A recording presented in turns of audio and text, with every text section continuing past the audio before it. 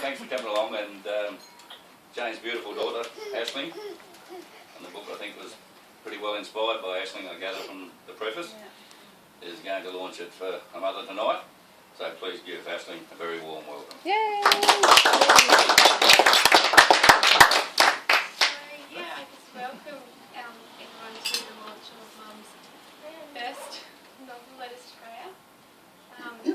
Patriarchs have been so wonderful to host us tonight, so thank you not only them but to everyone for coming to support someone who I think is pretty incredible.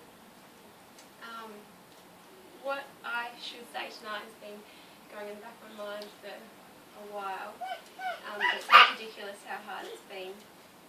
I think it's just a lot of words sound a bit cliche when you're trying to express who someone is as a person and also what they mean to her and just how really awesome they are. I continue to be gobsmacked at Mum's kind and giving and generally happy nature. So, because of our mutual love for creative writing, I've written a kind of poem which I hope conveys some of what I'm trying to say. So, I was born in water, slipping into your arms, the world is warm. I've grown since then, so have you. We've collected things and done away with things, all the while talking, chatting. So much to remember, all these things we've done. Talking is the best bit. Back and forth, they go. Those words, over cups of chai. I know, in the late night, a plot twist, a character evolution. In the morning it all tumbled out. You'd share your writings, I'd share the writings of others I loved, reading often from Frankie, from my newest novel, sharing other people's words and stories. Now, yours are very own, so shiny and heavy. As always, Mum, my inspiration, my back and forth. You make words and stories make sense. So, you've been a mum to me every sense of the word, and now watching you with Fletcher, I'm doubly aware of how lucky I was. And you never tried to change me, that's a priceless gift. Guiding me through my schooling only when I asked, always there to bounce ideas off.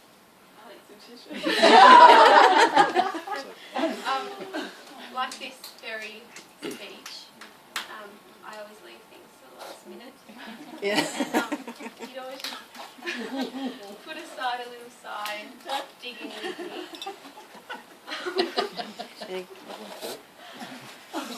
Oh, well. Haven't even got to the book yet.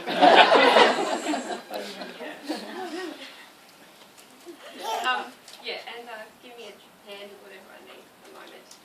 You just keep on giving, and even if you have to stumble, you bounce right back up like a little puppy and plunge right back into it. I think most importantly, you've taught me that life's about being happy, and you can change your perception of anything in order to make it better. I'm still practicing this, how to pick myself up, but I've seen you at it and I know I can. You've written a book that makes people laugh and cry. How awesome is that? You just did it. You had my baby brother at 40 years old, ran a business, remained a picture of health and just did it. I remember the day that first copy of Letters arrived in the mail. And I'd seen you writing for so long, and it was just somehow hard to make the connection between all of that and this novel that was in my hand, and my face beaming back at me. And I remember thinking how heavy it was. I think this book makes me realise that you feel the same way about me that I do about you, and I see it as a symbol now that anything is possible if you put your mind to it. So I hope everyone here tonight has a lovely time, especially you, and that you reflect upon all that you have achieved, because it's no small feat to write 180,000 words, and have received such positive response from so many. It's a bit of a gift for description and sentiment, and I know that every book to follow will be equally loved by readers. So enjoy the celebration.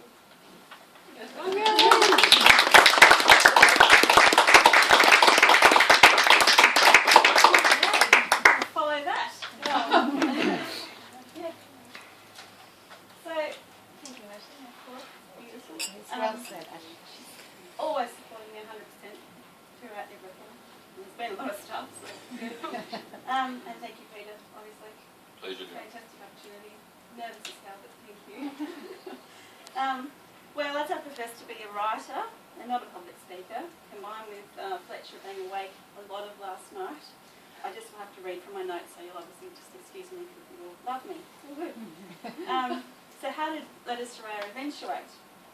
Well, I've always loved words and combinations of words, and like a child collects bugs or coins or stamps, I always used to collect words. It sounds weird, but that's just how I loved it. And as I mentioned in the preface, Aisling and I used to lug around my words from state to state, and back to Tassie and Victoria. We enjoyed much of our early time together in a coastal Victorian town called Mallacoota, and we crossed Bass Strait many times over many years, finding it difficult to decide which one felt the most like home. While perhaps an unconventional way to live, I think Aisling, the other night I was counting up to about 26 houses before she was 10 or something, so she's done a good job. I've somehow managed to always be unconventional. I guess it's Mum's fault, I don't know, under that guise. She actually is quite eccentric. Anyway, I guess you just go with what feels natural, and it's always been my way. Aisling and I had so much fun together, and much of the inspiration for this book came from the memories of this time and the people that crossed our paths. Aisling and my relationship is unique, and Letters to Raya is my way of immortalising these memories and her character as a young child, as best I could into a fictional story. Her school trips to India at 15, and she went to Timor-Leste at 17, certainly tweaked at my motherly instincts. And I built upon this sense of helplessness with her being so far away. I think she texted me once from bogged on the banks of the Ganges, saying, "I'm bogged in the Ganges," and like, there's nothing I can do. Anyway, so I built upon this story, into the story I've written, demonstrating the fate of a mother's love. About 3 years ago, I found a short story within my pile of writing, written, it was a reflective piece written about an aging seabird on a beach being watched by a mother and daughter. It was a Mallacoota beach, of course. Aisling was about 4 years old at the time. Had thoughts of Aisling as a little girl then, and now the thoughts of Aisling is almost 19. She's just moved out, and growing into her life apart from me and all that we've shared up until now, wanted me to crystallise our relationship. It's so beautiful and just unique, and I wanted to put that into something so she could almost take it with her, I guess. And as a child, she had unusual characteristics. She was a different type of kid, I guess. And while this was my initial inspiration, as it developed, the book became so much more. Strong characters evolved and twists and turns ensued, resulting in a story that is continually gaining very positive feedback and has quelled that burning question in my mind of, am I really a writer? I was just going to read a small bit from the book showing how good a writer I am. I'll just do a quick paragraph.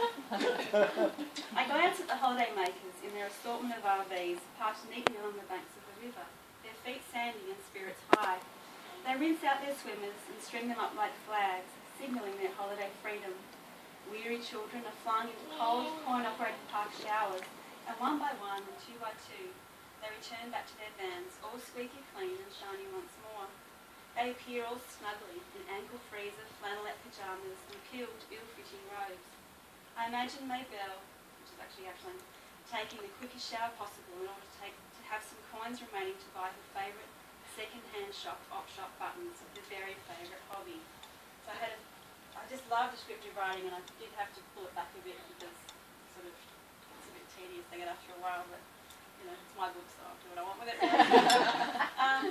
Around the time Heath and I were married, about 4 years ago, a few body anomalies and partial loss of my eyesight brought with it a diagnosis of multiple sclerosis. Not one to listen to such things, I set about finding my own way back to wellness. Within Letters to Raya, the main character's experience with multiple sclerosis provides the reader with insight into some of the personality of the disease without being in any way a foundation of the story. The way I treated MS in the book is the same way I treat it in my life. This being, it is not the star of the story, and in a way I left even more of its nuances in the pages.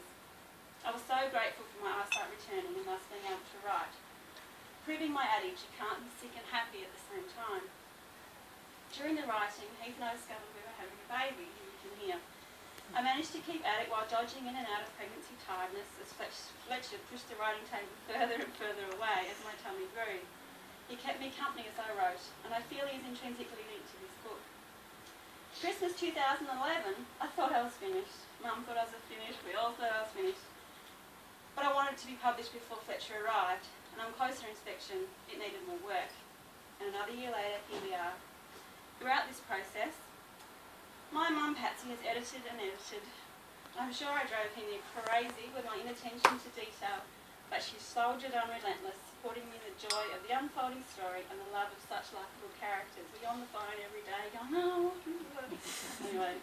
I saw a quote by a nice nin who said, "We write to taste life twice, in the moment and in retrospect." During the process of writing Letters to Raya, I feel blessed to be able to experience life twice, as even though, fundamentally, the book is fiction, of course much inspiration comes from experience and reflection. Poetic reflection is a wonderful way to dissolve those niggly little bits that just hang about. The people who have read the book also found some of the sentiment cathartic, I hope, in their own lives. This would be my greatest joy as a new writer. I chose to self-publish as I wanted a natural positive flow to completion. Writing first and foremost for myself, I am happy for the slow burn the novel is achieving. The publisher, Balboa Press, is a self-publishing arm of Hay House based in Canada. They have been great to deal with, except for the delayed Skype phone contact and the accents but we got there. And their suggestion to remove Australianisms from the text. I didn't enjoy this. I had to replace words like Lamington with cake and sneakers with trainers, but they assured me it needed a wider appeal, and I begrudgingly conformed. The self-publishing package I chose required me to manage my own marketing, and I've been busily sending out emails worldwide. I've emailed, for instance, every MS society in the English-speaking world from Guam to Zimbabwe, in the hope of the ripple effect catching on. And I feel now very confident that the novel is appealing to a diverse audience, and I'm proud to put my name to it. As far as future plans, I've begun my second novel. I've learnt so much with the process with Mum that I'm hoping the editing of this book will be relatively painless. For everyone concerned. She actually hasn't agreed yet. She said, "I will see." It still will focus on interpersonal relationships and strong characters, but with some new styles and twists. I once heard someone say that all female writing is autobiographical to some degree, and of course I have drawn from life experiences and observations and blended character traits from the eclectic mix of characters that have crossed my path. Robert Frost once said, "No tears in the writer, no tears in the reader." For those who've read the book, I hope some of you shed a tear in both sadness and happiness. I'm the youngest in the family. I've got 3 brothers. Trying to impress them in my younger years was always a quest for me. And I feel now I can finally lay this dispute to bed, as I think I managed to create a tear for most of them and some wonderfully kind praise, so thank you. My new book is called Innocent Street, and I look forward to bouncing out of bed at 2 a.m. to scribble down new ideas that simply cannot wait until morning. Now for some thank yous.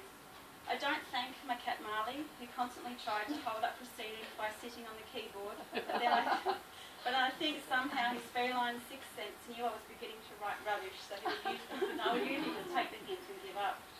As I mentioned, my mum has been my greatest fan and supporter throughout the process, and I couldn't have done this without her. She has shown me the level of quality required and where I needed to push myself. Mum, these are for you, to say thank you. I know it's a very, it's not even going near the hundreds of thousands of hours.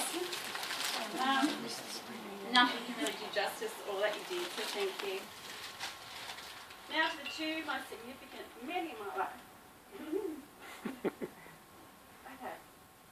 Firstly,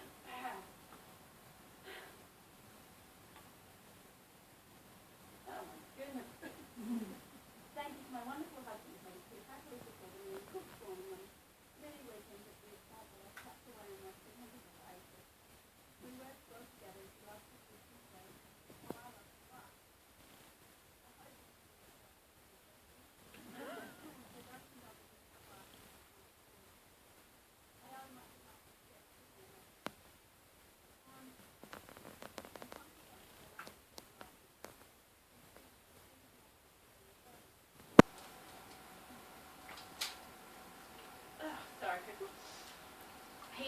constantly searching for the most fun to be had in nature and life, and this is certainly a vibrant way to live.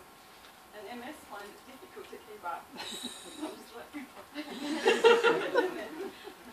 doesn't keep up with me anymore, so anyway. I also attribute my health success to my dad. Of course, he too was always there, encouraging me to have a go, and it is this attitude that I've adopted since a young age. Knowing there is always a way, and that everything can be fixed with gaffer tape, cable ties, bricks and some pour. And of course, a little bit of faith in oneself. Thank you all so much for coming tonight, and the positive feedback that I've already received from those of you who have read it, and for those who haven't, I hope you enjoy it. So thanks again.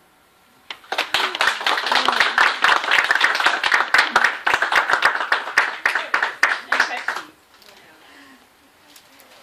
No, well done. Cool, but not enough yet. Yeah. So- Talking about some of that.